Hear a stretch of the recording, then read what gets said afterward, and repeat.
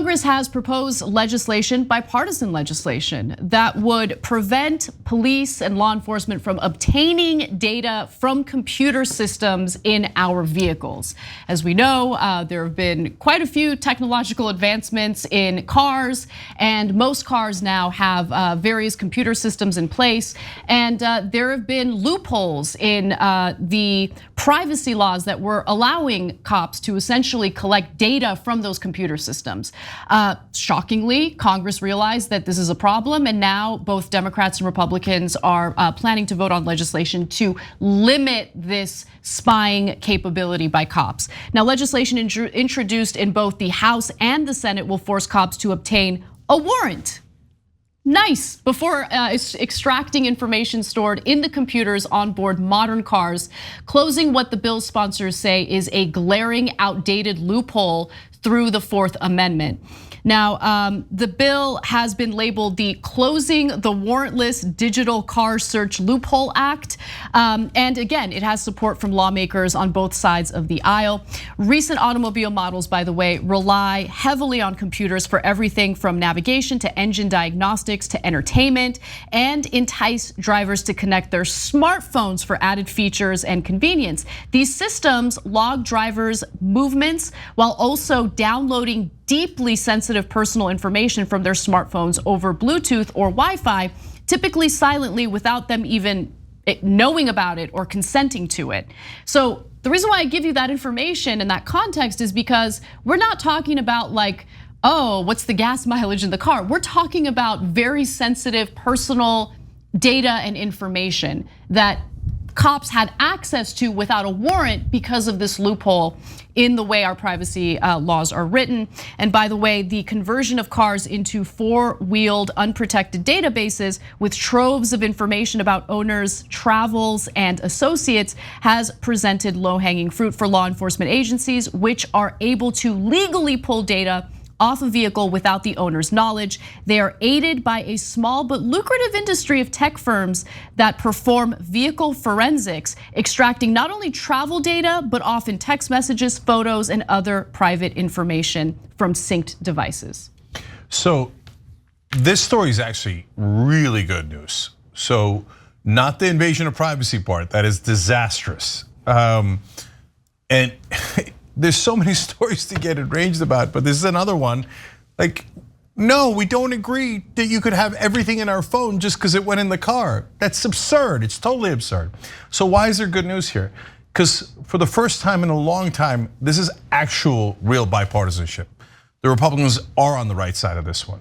And so if you watch this show ever, right, you know I have no brakes in the car for how I rip Republicans and right wingers.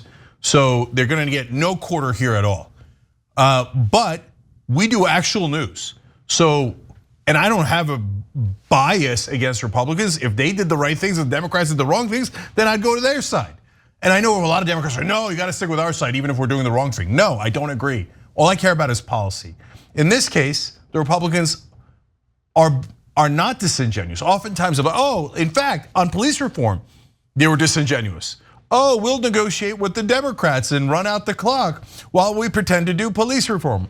Wink. Now, right. Why did they not mean it in that case? But they do mean it in this case, in my opinion. In that case, it was mainly about protecting African Americans from getting assaulted by the police. Republicans don't care about that at all. So I told you ahead of time they'd never agree to a deal, and recently they came back and said we couldn't agree to a deal. The Republicans wouldn't give us anything. Of course, right? But in this one, now they're also worried about the cops.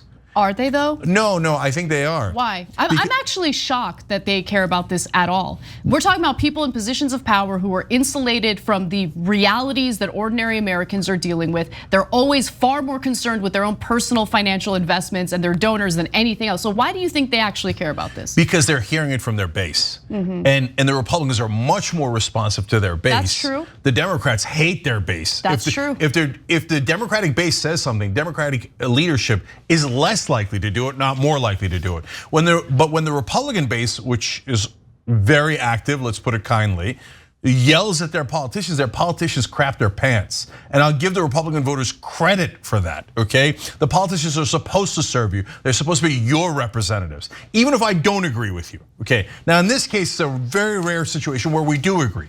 Now, why do we agree? Why are the right-wingers coming to our side on this issue?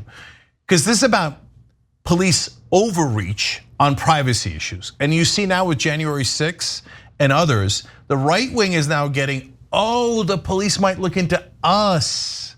So for hundreds of years, the police never looked into the right wing. All they ever did was target the left wing. And then, by the way, you're a Black Panther, you're this, you're that. The police would just kill you and move on with their lives, right? So the right wing loved the cops.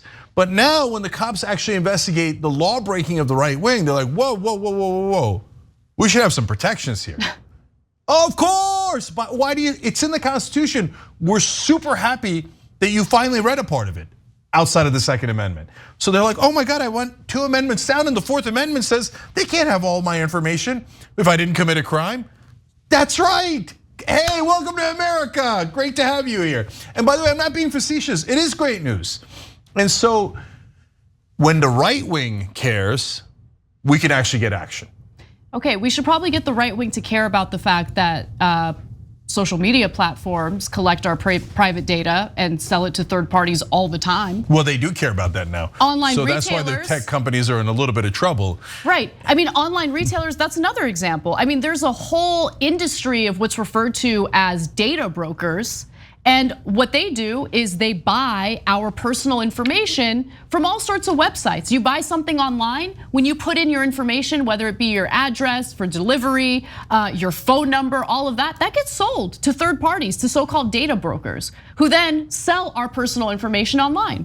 I mean, that's the kind of stuff that absolutely should be regulated against, but it's not.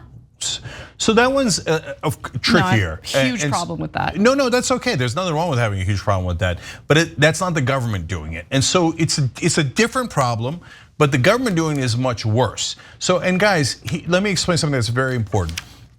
You can always get a warrant afterwards, and this law absolutely clarifies that, even though it doesn't need to, because it's ingrained in our structural system. So if we have probable cause that you committed a crime, then we can look at your phone, we could look at your car, but it doesn't really matter that your car has the information that's on your phone, because we already have a warrant. We could look at your phone, and we could look at your URLs, etc. You can look at any evidence you want once you have a warrant after you have probable cause of a crime being committed. The problem here is that they don't have probable cause, they don't have warrants, they're just invading your privacy, and they're invading all of our privacy, left wing, right wing, it doesn't matter. They're just, and when the government does it, it's not like, oh, hey, Facebook sold it and they made $3 more than they should have on that ad, and I'm mad about it, that's my information, etc. No, they can put you in prison, take your freedom away, take your life away, right? So that's why it's more important when the government does it. So, look, I have a little bit of hope that since the right wing is on our side, we could actually pass a law here. Because the left wing is, the left wing is great. The Democratic Party is the most ineffectual party in history. If the right wing was opposed to this, there would be a 0% chance of it passing. It doesn't matter if every Democrat said it or pretended to say it, nothing would ever get done. But when it's actual bipartisanship and not fake corporate bipartisanship, it actually has a shot here. So if you're a right winger, you're on our side here. And left wingers, take yes for an answer. And the last thing that's really good news about this trend is the closer we get to an actual democracy where we have equal justice, the more the right wing gets nervous because they're used to being above the law. And now that the law is being applied to them in certain instances, they're like, wait a minute, we should really have some rights and protections. Exactly. So now we might even get the right wing to care about civil rights. Not just, if you say it's for black people, they'll say, oh, no way, right? But if you say, no, civil rights doesn't mean just black people. It's in the Constitution for everyone. In the beginning, it wasn't even for black people. It was civil rights for white people because that's the only people it applied to originally in the Constitution. Civil rights is for everyone. And so when the right wing gets their mind around that, they're gonna go, oh yeah, and it's in the Constitution? Yeah, that makes sense. We should protect all the citizens from government overreach, government tyranny. There you go. That's what's in the Constitution, and that's all we want. Thanks for watching The Young Turks. Really appreciate it. Another way to show support is through YouTube memberships. You'll get to interact with us more. There's live chat emojis, badges. You got emojis of me, Anna, John, JR. So those are super fun. But you also get playback of our exclusive member-only shows and specials right after they air. So all of that, all you gotta do is click that join button right underneath the video. Thank you.